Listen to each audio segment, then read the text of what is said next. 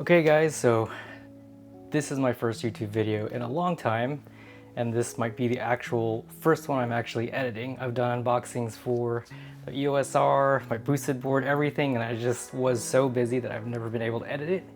That was about 2 years ago. It's 2020, we're in the middle of the pandemic, and today is July 30th, and today I got this.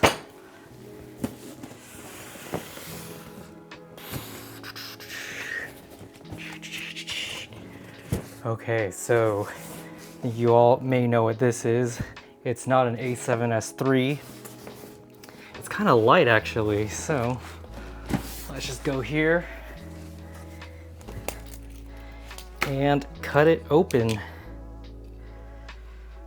Oops, that's not a blade. Okay.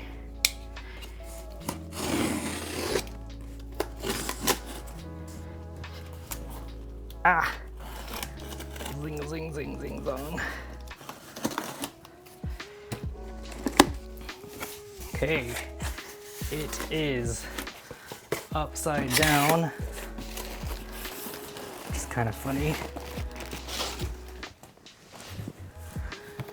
Okay, my receipt's in there. This is it right here. Let's see if we get it in focus. Yep.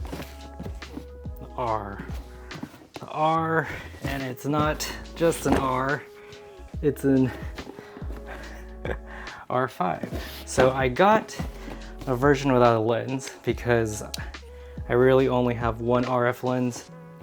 I have mostly EF lenses because I've been shooting with the 5D Mark IV. Before that I was shooting with the 60D, and then before that I was shooting with the Canon XL2. But here we go, we're just gonna do a quick unboxing. I actually got this earlier today and I just have been busy at the house and busy with work and just finally have time to do this. Here is the thick manual that everyone's talking about. It's really thick, it's like a dictionary.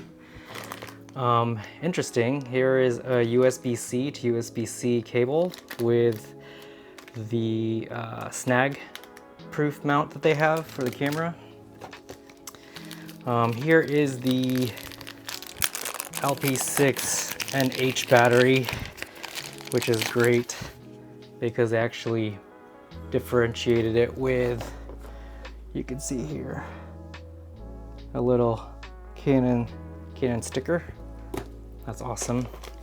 Your standard LCE6 charger. I have a lot of these, it's great. And here we go. This is everything else. Oh, camera strap.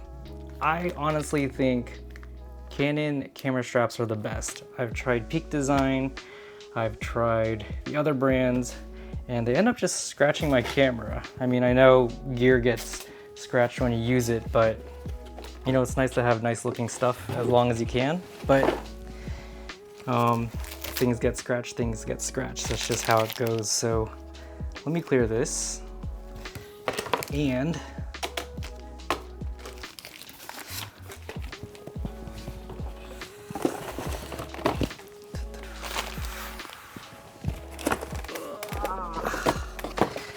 I even rolling?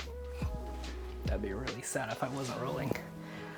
Okay, so here's the new battery, and here is the camera.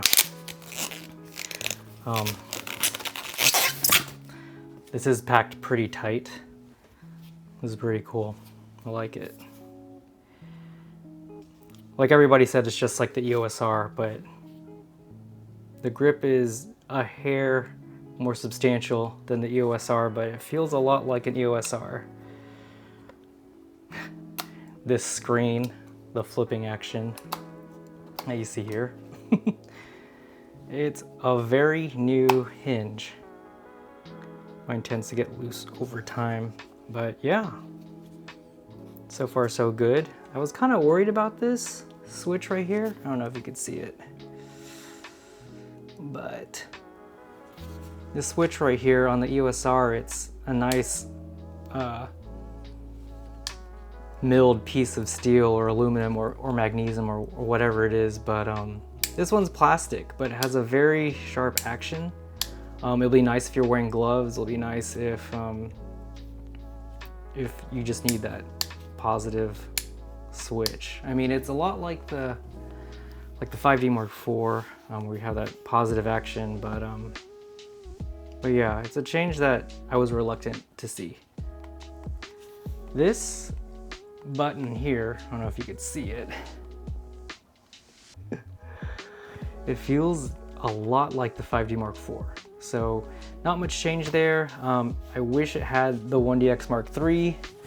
Little joystick, it's awesome. I use that for work, but that's work's camera, so don't get to take it home during quarantine. But yeah, this feels like a mini 5D Mark IV / EOS R. As far as the multifunction touch bar, I actually use that for white balance. So here, let's just mount a lens onto here. Oh, that's interesting. I don't know if you could see it. The shutter curtain. I don't know if I could get it. There's like one part that's shiny and the other 3 doors are matte. That's weird. It almost looks like it's inverted. I don't know. But continuing on. Always make sure there's no dust on my lens on the rear element before I mount it. But yeah, I like that. I like the design here, how it continues that gray. I think it's metal on both the lens and the body, but it's a nice look. I do wish the 35-18 STM was weather sealed, because this is such a light combo when paired with the R, and now paired with the R5, I think it's pretty cool. All right. Oh yeah, so in the, I don't know if you can see it there, but maybe you can see here, in the EOS R had this port. I think it passes electricity and information.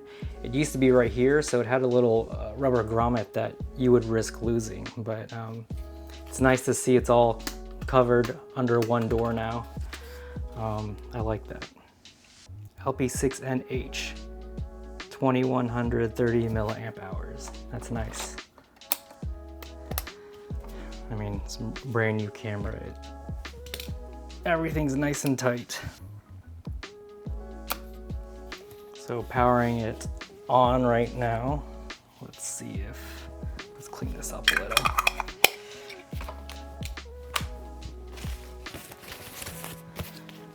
Okie dokie. So here we go. Powering it on and action. I think the battery's dead. Let me grab an LPE6N battery. All right, so this battery's dead, so let's throw that on a charger. Actually, this battery is dead too. There we go. This one should be good. Oh, okay. So you have a P confirmation there on the top LCD. I don't know if, no one's ever really talked about that. The screen right here, it's pretty much, I guess there's no electrical charge through it, so it's just passive. But once you put a battery in it, it activates the polarizer and then it turns matte black. Or not matte black, it just turns black. So that's off. So here we go, we're gonna turn it on and... All right, cool. So standard Canon menus. So today is... All right, so let me put this here so I don't destroy or destroy my screen or actually puncture it. Where is the blade here? Hopefully this cuts through. I don't know. We'll see. We'll find out.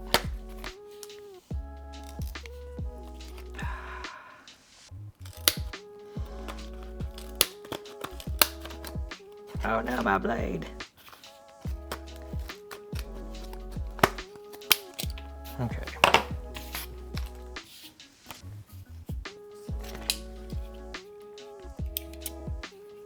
Man, I don't know if you could hear that, but the AF, the face tracking on the EOS R, it's going crazy with my 24-1.4. And I could hear the focus motor going, and it's kind of driving me nuts, but it's It's not too bad. Let me see if it'll come out. Is it gonna come out? I don't know. No, it's wedged in there. Oh, this comes in a giant case. It's like the old, whatchamacallit? CF Express. Not CF Express, CF cards. Heard that loud snap? I hope I didn't snap my card, because that would be very fun. So here we go. First media card going in. Here we go. Okay. So one thing I'm noticing here is that the R5, I'm losing light, it's nighttime. The hinges, it's actually a metal bar with a little spring, and the door is plastic. I mean, it could be black steel on the hinges here, and again, I don't know if you could see it, but on the 5D Mark IV, it's a very intricate looking sliding mechanism for the 5D Mark IV. So this is more along the lines of the EOS R in terms of build quality, but you know, polycarbonates are the future, right? All right, I got the light blinking here, it's confirmed, and powering on again. P mode, already have 75% battery gone. Okay, so let's just, yeah, so the screen is very much like the, man, it's not focusing on anything. Oh, that's pretty snappy. The screen is a lot like the 5D Mark IV, the EOS R, and the 1DX Mark II and Mark III. I think they just keep using the same screens, and as far as I know, the screen has been looking good all these years.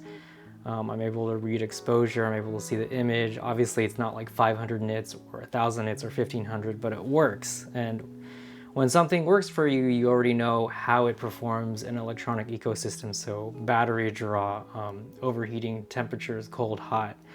A lot of people keep joking that the EOS R5 will actually be good to use in the winter and in the Arctic, but actually I've used the 5D Mark IV in the Arctic Circle. And one thing that I noticed was that my batteries wouldn't last long. I would have, my batteries would drain much faster, or they just wouldn't have much charge. And the screen would start ghosting a lot, and it looked so trippy because I don't know, maybe the LCD crystals, the liquid crystals started freezing because it was like -14 Celsius or something. Yeah, it was like -17 at the coldest, -17 Celsius. But yeah, cold isn't actually the best for electronics too. So, okay, let's go here. Hold on. Okay. Let me just cut here. Okay guys, so I'm gonna wrap it up. I was trying to find out how to turn off the IBIS. I actually did not want IBIS in the camera. I like things shaky. Not too shaky though, but two things. I don't like, I do like an image with life in it, but also if I need stabilized footage, I have a gimbal. I use the Rodent SC with the EOS R. I know the EOS R runs on the heavier side, but I do like the compact form factor because again, for work we use 1Ds and we use Ronin S's. And then before that we were using DSLRs and cinema cameras on actual free-fly movies, and those are even heavier because of the batteries. It's mainly the batteries, but the weight difference between an EOS R and a Ronin SC versus a 1DX and a Ronin S, it's night and day. With a Ronin S, you're tired after filming a 30-minute interview, or even I did a 1-hour interview one time and it was with a lawyer, and you can't just put the camera down and say you're tired. And I was doing parallax movements. I don't know why we didn't use a slider. We should have. But with the Ronin SC, I went to an event and I was filming one of our talent, visiting a school, and I was filming for 2 hours, 3 hours, and I wasn't even tired. It's just that much lighter. That's why I really wanted an EOS R5, full frame 4K, 10-bit 422. I could put it on a Ronin SC, and it's just a light rig. It's weatherproof, and it fits everything I have: batteries, the SD cards, and the lenses I have. I have a bunch of EF lenses. I have a bunch of SD cards actually with the Blackmagic Pocket.